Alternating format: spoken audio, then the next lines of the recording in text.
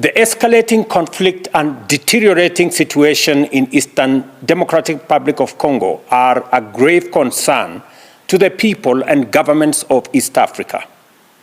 Noting the worsening humanitarian crisis exacerbated by ongoing military actions, including the closure of airspace in Goma, I call for the immediate and unconditional cessation of hostilities.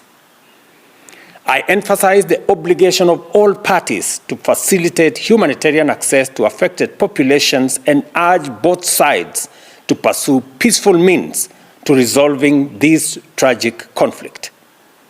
These alarming developments, coupled with rising diplomatic tensions in the region, underscore the urgent need for peaceful resolution to a conflict that continues to inflict untold suffering on the people, particularly women and children. As the current chair of the East African Community, Kenya is aware of the region's critical responsibility in de-escalating violence and facilitating dialogue between the parties involved. We confirm and firmly believe that a sustainable solution can only be achieved through engagement, constructive dialogue, and a renewed commitment to peace. I call on the parties to the RWANDA process on Eastern DRC and appeal specifically to my brothers, President Felix Tshisekedi and President Paul Kagame, both of whom I have had the occasion to speak to this evening, to heed the call for peace from the people of our region and the international community.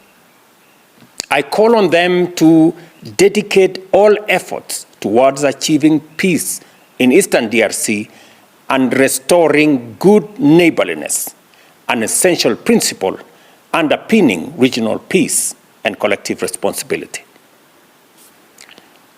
Consequently, and having consulted with the heads of state of our region, we will be convening an extraordinary East African Community Summit within the next 48 hours to facilitate and to deliberate on this crisis and chart a way forward.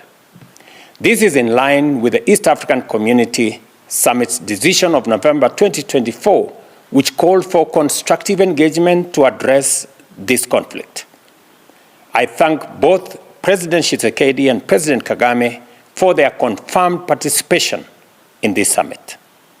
Additionally, the African Union must not remain passive in the face of this escalating crisis. The East African Community stands ready to forge a stronger collaboration with the African Union and SADC, as well as the international community in encouraging the warring parties to prioritize engagement.